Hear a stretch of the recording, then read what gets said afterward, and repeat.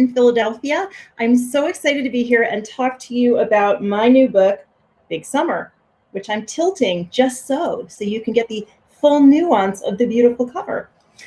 So last year at about this time, I was out with a book called Mrs. Everything, and I actually did the launch event at the Barnes & Noble store in Princeton, New Jersey. Maybe some of you who are here at the chat were part of that event. And it was a really great night. We did like a meet and greet at the beginning, and we had this great reading, and there was this wonderful crowd, and I read a little from the book, and I answered questions. And at the very end of it, I asked everyone to hold up their book so we could get that picture of everybody in the crowd holding up their books that the author then posts upon her social media. So my then 16-year-old, now 17-year-old daughter had come with me that night.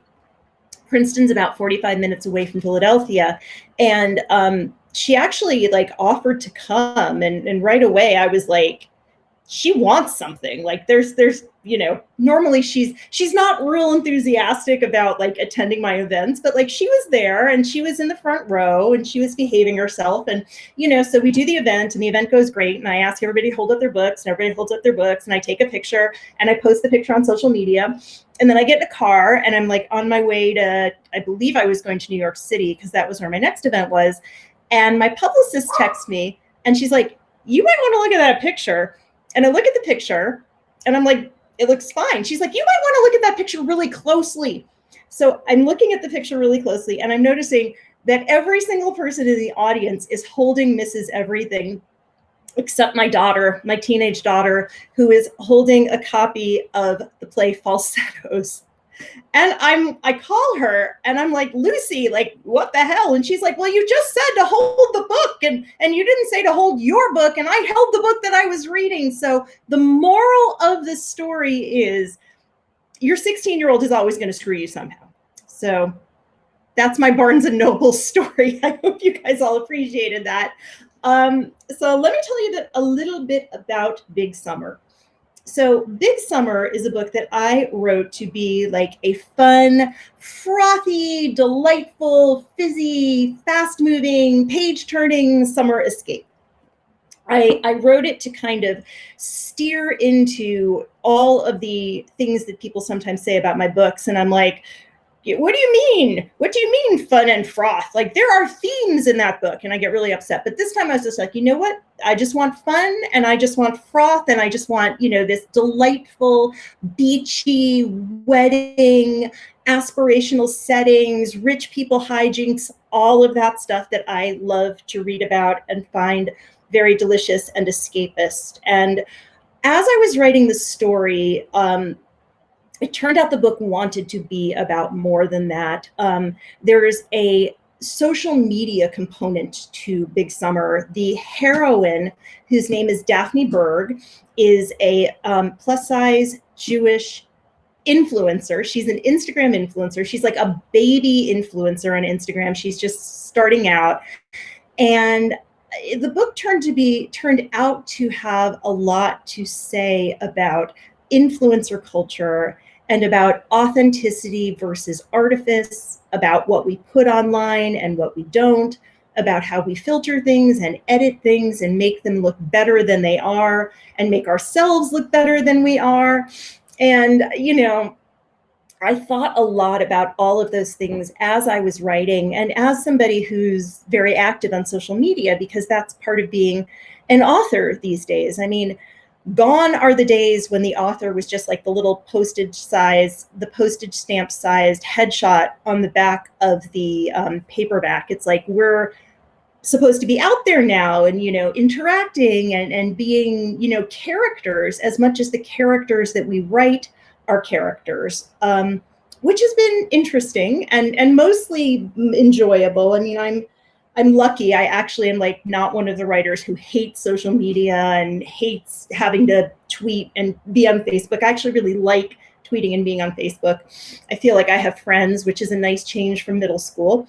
But I've thought a lot about the internet and how it works and what it does and how it impacts specifically young women, because well, no longer a young woman myself, I have these daughters who I mentioned before. I have a 17-year-old and a 12-year-old, and one of them is sort of social media indifferent. She's like a social media agnostic, and the other one would like spend 24 hours a day on TikTok if she could. I don't know if any of you guys know TikTok or have young children, but lots to think about in terms of social media, Instagram, Facebook, filters, and the way we all live two lives these days, the life that we're really living, and then the life that we put online. So all of those things are encapsulated in Big Summer, which also does have some really delicious rich people porn, real estate, beautiful houses, fantastic clothes. One of the really fun parts, the part that I most enjoyed, was my main character, Daphne, as I said, is a plus size influencer who ends up collaborating with this line of clothing. And I get to describe the clothes that she's been gifted that she has to try to sell on her Instagram page. And I wrote about this like polka dot dress with pockets and, this perfect neckline that just hits her just right.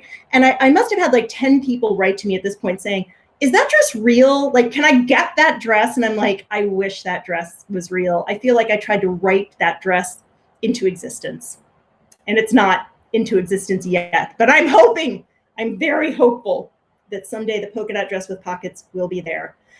So let's see, I'm clicking to there are questions. Let's see.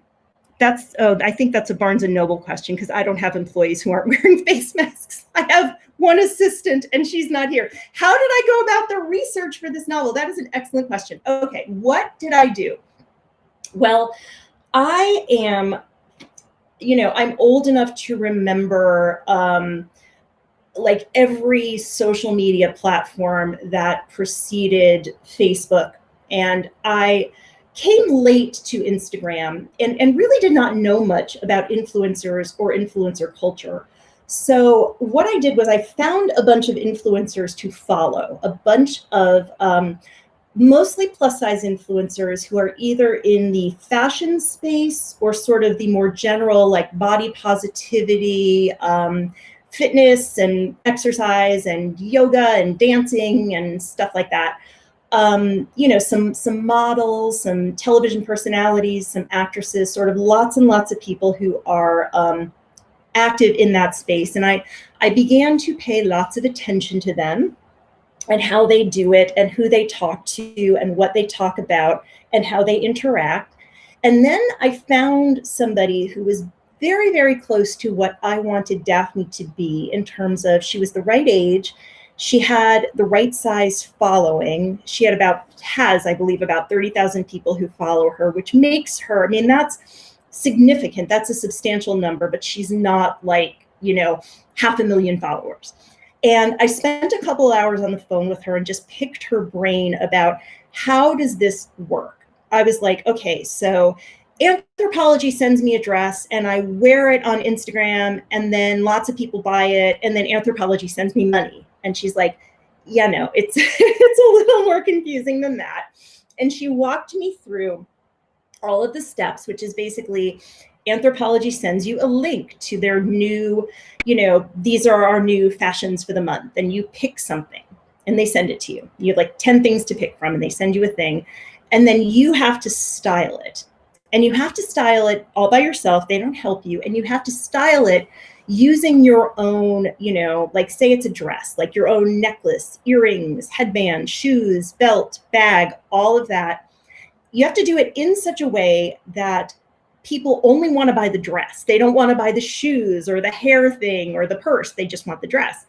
And then you embed a code in the text that you are also responsible for. You have to get somebody to take your picture. You have to figure out how to edit the picture and filter the picture and crop the picture and post the picture and when the best time to post the picture is. And after you've done all that stuff, if somebody buys the Anthropologie dress, you get like a dime, maybe. And I am like, this is just really hard work for not very much money. And what I learned about influencers, I learned a lot about influencers, but one of the things that I learned is that it is, like many things, it is a pyramid. And there are some people at the tippity top who are making bank. There are the Kardashians who can get paid, $100,000 to post one story about diet tea.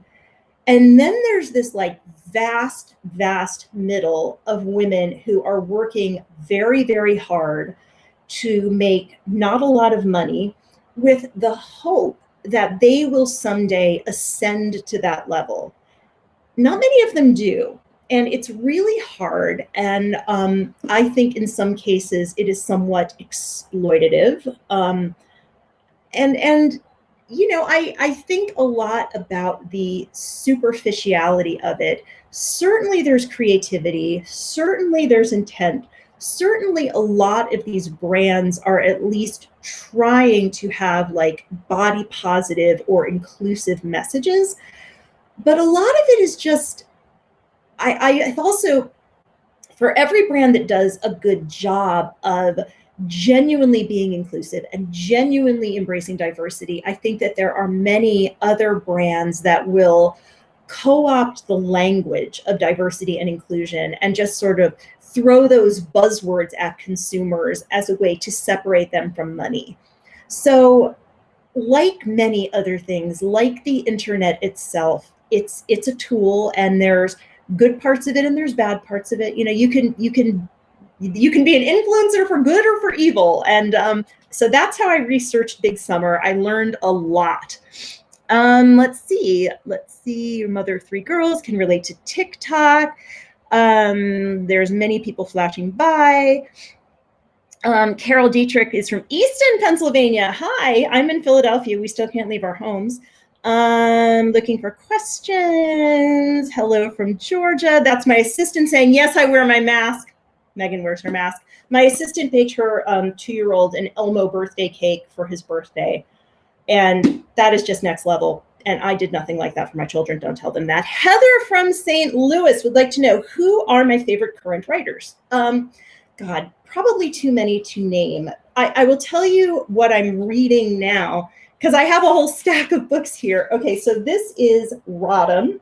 This is by my friend Curtis Sittenfeld. This comes out tomorrow. I'm sure you can order it. You should also order my book, Big Summer, but you can get Rodham too. And it is a reimagined life of Hillary Rodham Clinton that answers the question, what would happen if Hillary didn't marry Bill? And it has a lot to say about free will and feminism and how we become who we end up being, and how much of that is even our choice in the end. And I just found it, my dog loved it too. It was wonderful, and I highly recommend it if you like politics, if you like stories about women, if you like wish fulfillment, if you like Bill Clinton sex fantasies. It is all in there. Okay, I'm also really enjoying this book. This is called If I Had Your Face by Frances Cha, which is about the beauty culture in South Korea, where I guess all of the women get plastic surgery and get their top and bottom jaws broken to sort of achieve the look that all women in South Korea want. I wouldn't do real well there.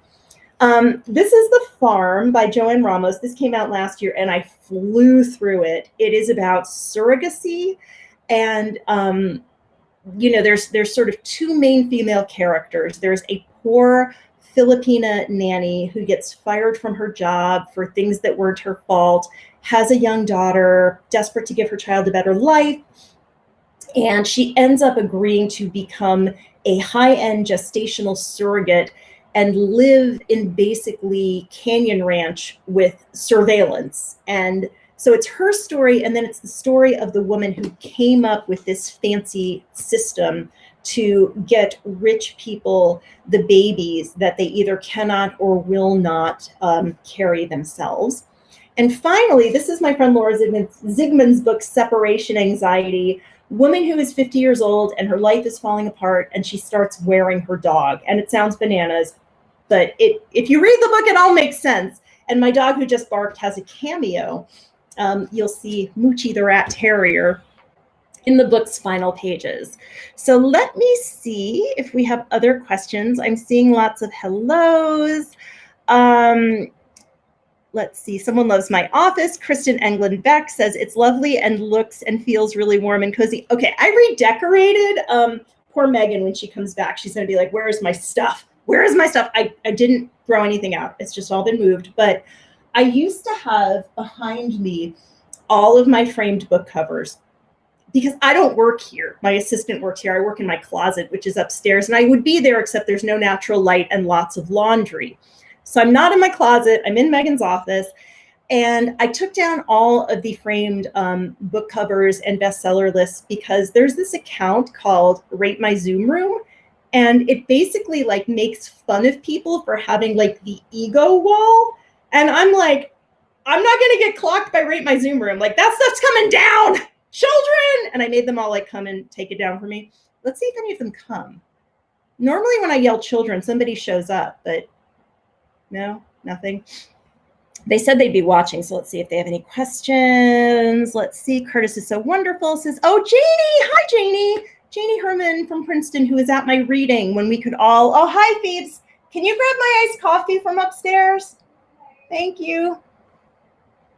That's why you have kids. Okay. She's going to be really mad. She's going to see this when she's an adult and just be like, Mom!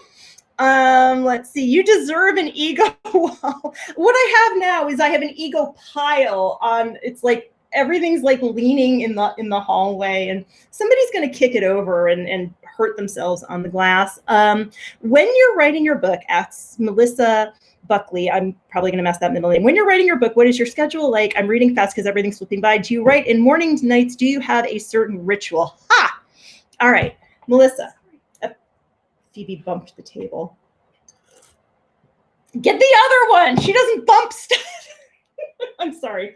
Okay. What was the question? Do I have rituals? Okay. There are people who have very, very specific requirements about writing. Like they have to be in a certain place and it has to be a certain time and the room has to be a certain temperature. And there has to be like a pink noise machine in the corner and the windows must be covered and they must have a cup of like oolong tea.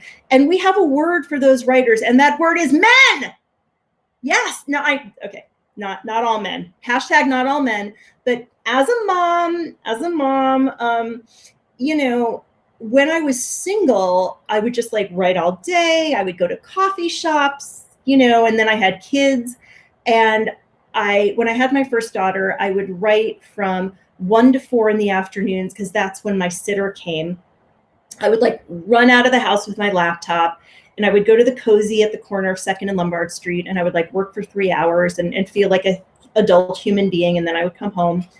And then when my older daughter started nursery school, I would write in the mornings when she was at nursery school and then I would go pick her up.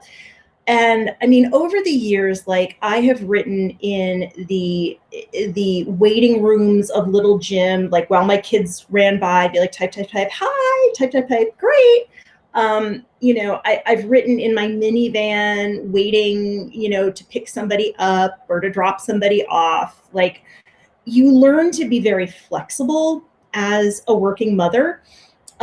Generally these days, both of my kids are in school and only one of them even wants me around anymore. Not the teenager. You. That's not true. She doesn't want me. Yes, she does. She hates me. She does not hate she you. barely, she looks at me as a cereal providing device. Don't lie.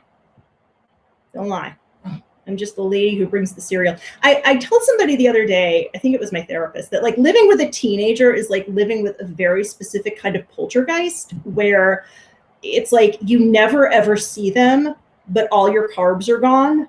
It's like the weirdest and worst haunting. Cause like I wanted those Pringles, right? There was a writing question.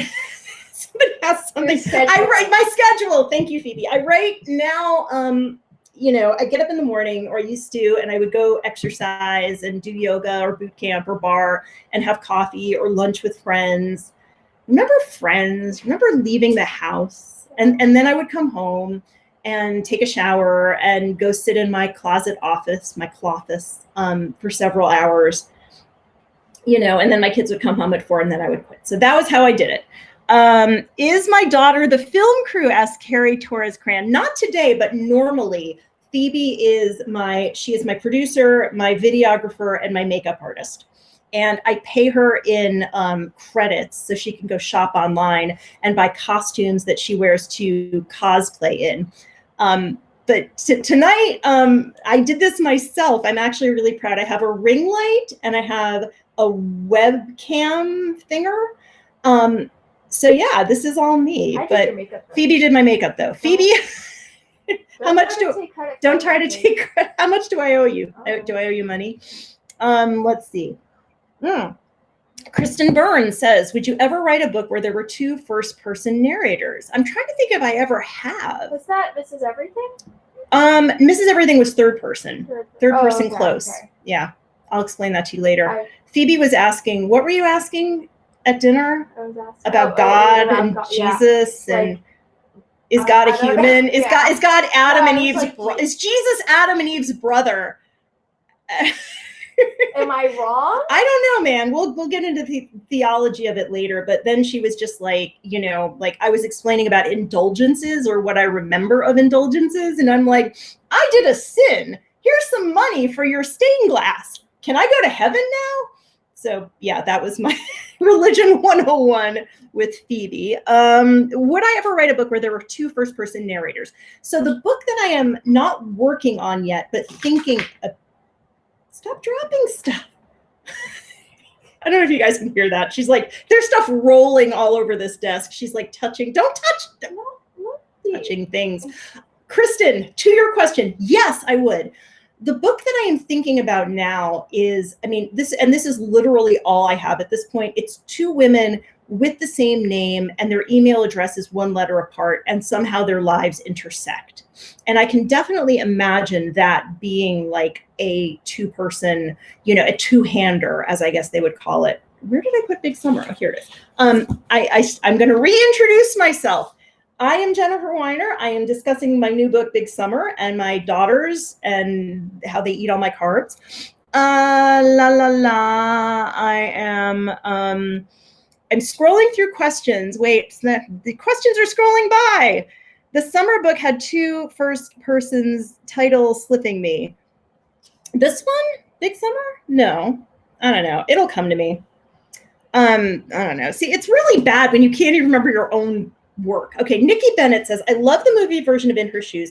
Do you think any more of your books will be made into movies? Well, Nikki Bennett, I can't announce anything right this minute, but things are looking good for certain beloved of my earlier titles. So stay tuned, because as soon as I'm allowed to announce this, why can't I talk? As soon as I'm allowed to announce something, I will announce something and it'll be great and I'll be very happy. But I got really lucky with In Her Shoes, the movie. There are many authors who have to spend their careers being like, I didn't really imagine it that way, or that wasn't really the book I wrote, or my book had a different ending, or, my book had a different tone. I was really glad they did such a nice job with In Her Shoes, the movie. And I have tried to be really careful to make sure that any other adaptations are going to be, to that level and are going to be respectful and are not gonna make big changes and just keep the titles and, so good news is coming, I hope. So stay tuned. Current favorite series to watch, asks Heather. What? No, I'm thinking. You're thinking? Yeah. Did you guys watch Unorthodox on Netflix? It was so good. It's about a young Orthodox Jewish woman who is in a bad marriage, and she escapes and she goes to Berlin, and she sort of, finds herself and finds the mother that she thought had abandoned her. And it's such a fascinating look at this culture, and it was so well made and interesting, and I loved it. Let's see. Oh, that was a long question and it just went right by. Let's see. Galena says Beanie Feldstein for Good in Bed. That'd be good. That'd be something. That'd be neat. What else? Yes, people loved Unorthodox. Unorthodox is fabulous. The book is very different than the miniseries, says Mindy Safer Cohen. I know, I'm reading it right now, and you're right. I mean, and that's the thing. It's like, as much as I love watching TV, and I'm not going to lie, I'm not going to be like somebody who says like, oh no, I don't watch any TV. I'm too busy. Like I will cop to watching some television.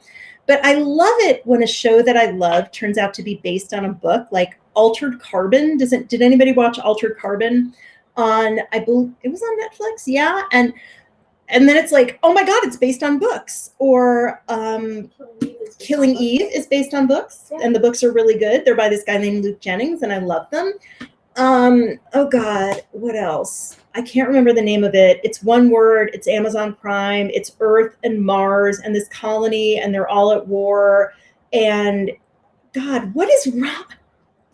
It's menopause, y'all. Menopause. Phoebe just went, it'll happen to you someday. Oh God. It will. But does anybody know? Oh, the Barnes and Noble people are like, enough of this. What kind of advice do you give your fans, many of whom are aspiring writers? Well, if you go to my website, which is jenniferweiner.com, I have about 20 pages of advice for aspiring writers. I talk about like how I wrote my first book, how I found my agent, how I found a publisher, like what that whole process was like. But the thing that I tell people is, do not wait for someone to give you permission to start writing. Like, don't think you need a degree. Don't think you need to have been an English major. Don't think you would need to have been a journalist. Like, if you have a story to tell, just sit down, like, find a way to get yourself like 30 minutes of quiet time, 4 or 5 days a week, and just tell your story. Like, that is my advice.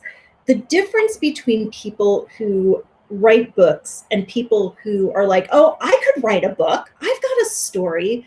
Like, it's not talent. It's not genius. It's just like the sheer ability to like put your butt in a chair and make yourself do it. So if you're waiting for permission, I give you permission. Yes, you can tell anybody that Jennifer Weiner says that you're a writer now, and you can go do it and just tell your story. And every book I've ever written started off with me just like entertaining myself. Like, honestly, like that was how it all began for me. Like 21 years ago with Good in Bed, it's like, this is just a story that I was telling myself to get over this like awful breakup that I had been through. And it was like, I'm going to write about a girl like me and a guy like him, and I'm going to give the girl a happy ending, because like, I don't know if I'm going to get a happy ending. And I just was able to write with like such freedom, because I didn't have an agent. I didn't have a publisher. I didn't have like readers, you know, wanting a story that I was telling. It could just be a story that I was telling to myself. And I've been lucky enough with every... Sorry. What did you just like crack your knuckle? That was what that was? Uh-huh. Okay. Like if parts start falling off, my just, God. well, I don't know. This is so much better than actual book tour, isn't it? Like I can like yell at my 12-year-old while I'm talking to you guys. But where was I? Oh yes. So when I'm writing, it's always just a story I'm telling myself. Don't touch that. What is? I'm just looking at it. Touching my things. Okay. So let's see. Telling story, writing my books. That's really great advice. To not wait for permission. It's true.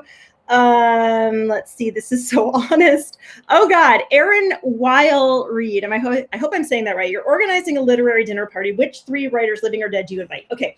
The New York Times asked me this very question, and I didn't answer it, because I'm like, that would be my nightmare, really, because like I would invite like these writers who I respect and revere and look up to, and then I would turn into Chris Farley. Like, remember the Chris Farley, like when he was with Paul McCartney and he's like, remember when you were in the Beatles? That was so cool. Like I would fall apart and embarrass myself. Or I would be really worried that like they thought that I sucked. And then, you know, it would just be super uncomfortable. And also, whenever I have a party, real talk, I spend the whole day cooking and cleaning and everything is delicious and my house looks beautiful and my friends come over and I spend like an hour with them and then I just want to go lie down with my book. And like, I couldn't do that to Jane Austen, could I? Like, no, can't do that to Jane Austen. So I would just go get like mani-pedis with my writer friends. And I wouldn't do the dinner party thing. That's my answer. I'm sticking to it. Who are some authors who inspired you early on? Phoebe, do you know the answer to this question? Susan Isaacs. Susan Isaacs. Yes, Phoebe for the win. Susan, I do love Susan Isaacs. She was one of my favorite authors growing up. I loved her books. I loved how they were like funny and relatable. I loved Nora Ephron. I loved Fran Lebowitz. I loved like any Jewish woman writer who sounded like the women I knew and would like hear every day. Like anyone who was like frank and funny and honest and real and would write about like boobs and periods and I'm sorry. Yeah, those are some authors. Oh, Angela says I look so great. I'll tell Phoebe, thank you. Oh, Judy Blume, of course, Judy Blume. Okay, Leslie Jill Griffin Frenchell. Do you visit the places you write about or just research them? I have always wondered this. I try to visit. Like when I was writing Mrs. Everything, I had spent some time in Detroit because my mother grew up there, but I went on a research trip just to like look at all the places that I'd mentioned in the book. Like you can do a lot with Google Earth and maps and photographs and talking to people on the phone, but sometimes there's nothing like seeing a place. So a lot of the books that I write, I set in places that I know really well. I've lived in Philadelphia for like 25 years. I spend a lot of time in Cape Cod. I go there in the summers. I grew up in Connecticut, so I know Connecticut pretty well. I've spent time in New York, and those are the places that sort of show up in my fiction. You know, and other than that, I really try to do my homework and I try to get a sense of the place because like, especially with Philadelphia, which is a city that has a very specific character, like I just really want readers to feel like they're there and like they've come to know Philadelphia through my stories. And the same with Cape Cod, like that's a really special place to me. And I want to make sure that like, it's not the Jersey Shore, it's not the Hamptons, it's not like generic fancy beach place, like it's specific.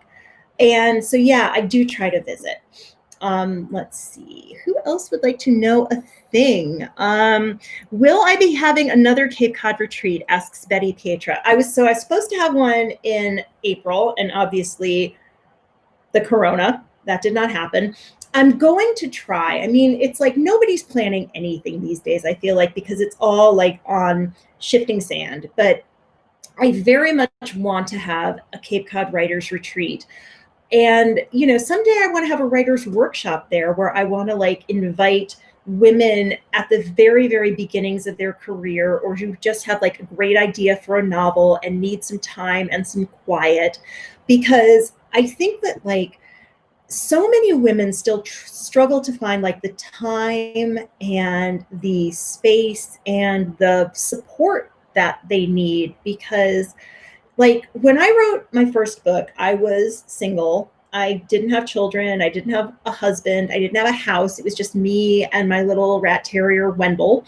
And I took a week off and I rented a cottage that was literally, the place was called The Shack. And it was in Truro out on the Cape. It was this one room, tiny little place. It had like a little galley kitchen and a bed and a deck, like a wooden deck with a mermaid painted on the wall by the outdoor shower. And I went there and I took my Mac Classic with me. Does anybody remember Mac Classics? And no internet. I'm not even entirely sure the internet was like a thing everywhere at that point. But I went to Cape Cod and I spent a week finishing my first novel. And I just thought a lot about like the women who have kids or the women who have aging parents or the women who have jobs that they can't get away from because they're supporting their family and they can't take vacation because they don't get paid vacation. And I know that some of those women have stories to tell, and I want to support them the way other women supported me at the beginning of my career. So I'm going to make that happen someday. And if you are an aspiring writer, stay tuned, because like that is something, like now that I have like turned 50 and turned this, stop shaking the table. Now that I've turned 50 and I've achieved this level of zen in my life, like now it's time to start giving back. Like I'm in the second half and I want to start, like, I'm always going to write. I can't imagine not writing, but I also want to give back to the writing community and do it in a way that supports women the way that I was supported. So who else? Let's see. Suggestions for aspiring nonfiction writers, asked Sarah Rodriguez. So I don't know if all of you guys know this, but I was a journalist before I was a novelist. I was a newspaper reporter for Alma. You're leaving? Okay, goodbye. I'll be back. Oh, you'll be back. Okay, goodbye. I don't think I interest her very much. Okay, so I was a newspaper reporter. I worked for a small newspaper in State College, Pennsylvania, the Center Daily Times, yay. And then I worked in Lexington, Kentucky for 10 months, and then I worked in Philadelphia. And I think that journalism is wonderful. It's great training for writing fiction. You learn how to notice details, you learn how to listen to dialogue, you learn how people talk, you learn how they interact with each other, you learn a lot about the way the world works, even if all you're doing is like covering the local school board or the sewage board hearing, or if part of your job is typing the school lunch menus, as was the case when I began my career. So if I was a nonfiction writer, I mean, I used to tell people, go get a job at a small newspaper. The small newspapers are not doing very well right now. They weren't doing well before the coronavirus. I'm not sure. I think that probably some of them are going to be casualties of the current moment, but you can have a blog. Anyone can have a blog. You can have a Tumblr. You can go on Instagram and write there and publish your work. And that would be my advice. I would find a lane, find something that interests you, whether it is parenting, cooking, gardening, home repair, like whatever it is that you care about, and start writing and start putting your words out into the world, whether you're doing it on Facebook or on Instagram or on Medium or on Tumblr. There's many, many platforms. Put your work out into the world and take feedback. Like if people have things to say, like, hey, I want to know more about this, or hey, this was kind of confusing, or like whatever, try to internalize that feedback, try to always get better. And I think that would be my best suggestion, is just like write all you can and publish all you can. Let's see. Let's see. Reading. Scrolling. Wendell the dog. Wasn't that a good name for a dog? My roommate named Wendell. I wish that I could take credit. Why do you think books are just what we need during this challenging time in quarantine? That is a really good question. And I think that as satisfying as a good binge watch can be, and I am nobody to scoff at a binge watch, there's something about the way that a good book requires you to be a participant, right? Like a television show or a movie says, I'm going to show you how the scenery is. I'm going to show you how everybody looks. So you don't have to imagine any of that. A book says, I'm going to describe it.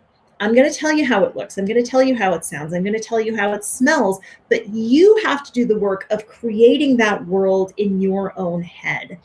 And I think that as we're all stuck inside, that's not a muscle that you want to, you don't want to lose the tone of that muscle. I think imagining is important. And I think like right now, when we're in this time where there's lots of uncertainty and there's lots of fear and there's lots of suffering, I think imagination matters more than it ever did. And stories matter more than they ever did. And so a book, whether it's about dragons or colonial America, or it's a wonderful romance or it's a dishy beach read, whatever it is that's going to require you to meet the author halfway and do the work of world building, I think that that is a useful and a valuable and a rare and precious thing.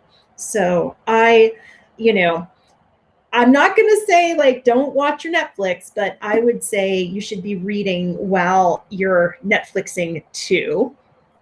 All right. So who else would like to know something as I sit in my office and my 12-year-old has fled? What do you think of the rise/return of the audiobook? Asked Kim Delish. Kim Delish.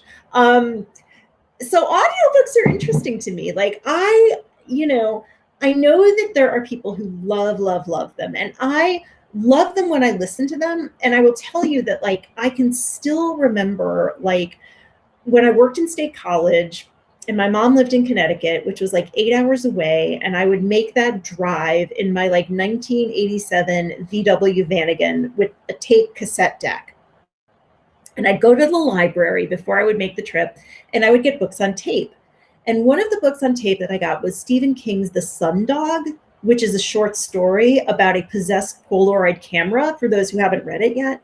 And I remember I was driving and it was dark and I was legit too afraid to stop for gas because like the sundog was going to get me. And I don't even remember who narrated that book, but it was astonishing. It was just this amazing, like, I believed every single word of it. And I love a good audiobook.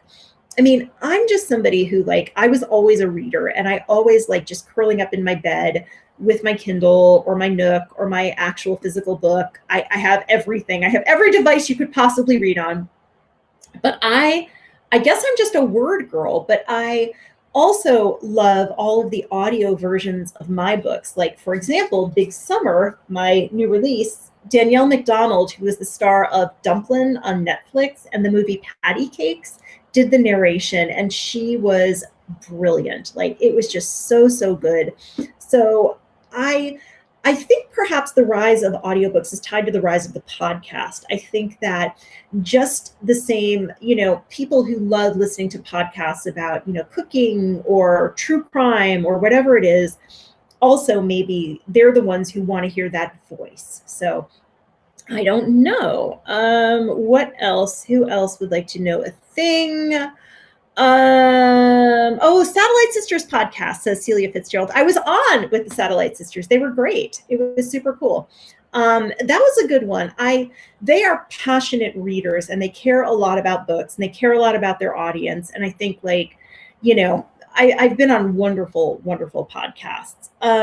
Robin Doran Garrison wants to know if I'm still a Bachelor fan. Okay, I broke up with The Bachelor and I did it because, without getting super duper political, I sort of, in the summer of 2016, before our last election, after Bachelor in Paradise went off the air, I started watching the Republican primaries and Donald Trump became my new villain. Like, he was the new guy that I'd love to hate. And I'm like, I don't think this guy is going to be a very good president, but like, I sure hope he stays in the race because he's interesting, right? Like, you kind of want to see what comes out of his mouth next. And I think that in my own stupid brain, I like conflated politics and entertainment, where it all just felt like something that existed to amuse me. And that I learned, and I think many Americans have learned, is not the case. And that sometimes people who are outstanding on reality television are not so great in reality. So I broke up with The Bachelor. It's been 4 years. I miss it sometimes. But the other piece of it was like, as a feminist, like as the mom of daughters, like I would think sometimes like, how would I feel if one of my girls grew up and came home one day and is like, I'm going to be on The Bachelor? Like, I'm not sure my reaction would have been like, that's great. I think my reaction would have been more along the lines of like, where did I go wrong? Or like, what's going to happen to you? Or just keep your clothes on, But I will tell you that all of those years of Bachelor watching paid off in Big Summer, because there's a Bachelor-esque show I called it All the Single Ladies, and it's basically, one hot guy who went to Harvard in a house full of women trying to get him to propose. I mean, I don't watch The Bachelor anymore, but I think that it is a fascinating, fascinating dynamic. And I think about it a lot. And I loved that I was able to work it into Big Summer. So that made me happy and pleased me a great deal. So who else has a question? What summery drink would I pick to partner with my book? Asks Amy Turner Sutherland. Okay, there is a drink in Big Summer. There's a rehearsal dinner, and there's a girl named Drew, and she's marrying a guy named Andrew Lowe. And there's a drink called the Drew Gets Low. Get it? And it's apricot nectar and champagne with lime juice and I think grenadine. And I did make one for research purposes. I can tell you it's real sweet. I don't know how you feel about sweet in your summery drinks, but that's a real sweet one. My favorite drink, though, that I ever invented in fiction was in Goodnight Nobody. It was the Mommy Martini, which was Pedialyte and vodka. And yeah, I drank that too, because I'm not proud. Let's see. What influencers do you follow? Asked Jennifer McNeil Lampman. I mean, a lot. A lot. And now I'm going to forget all of their names, just like that. I mean, if you go to my Instagram account, you can see who I follow, and you can see some of the plus size. Oh God, Curvy Girl is one. Natalie Means Nice. I follow Whitney Way Thor. I follow Glitter and Lasers. I follow a lot of Jessamine Stanley and Myrna Valerio, Tess Holiday, Hunter McGrady, Katie Storino. Katie Storino is one of my favorites. She does the Make My Size campaign, where she tries on the largest size that brands have and importunes them to please make things in larger sizes, because big girls have money and want to look nice. Yes, we do. Oh God, I'm probably forgetting so many of them. So just go to my Instagram and see who I follow, because I do follow lots of them and I'm fascinated. Kathy Geisler Campbell wants to know, what comes first when I sit down to write, a character or a plot? It's always a character. It's always someone who I can see and I can hear. And generally, I will have some idea of what this person's journey is going to be. What does she want? That's the big question for novels. Once you have a character, it's okay, who is this person and what does she want? Where is she trying to go with her life? And what are the obstacles that are keeping her from getting there? And as you start to think about that, that is how your novel takes shape. So with Big Summer, available at barnesandnoble.com, I had Daphne in my head. I knew I wanted to write about a young woman. I knew that I wanted to give her certain insecurities about her appearance and her body and her future and her place in the world.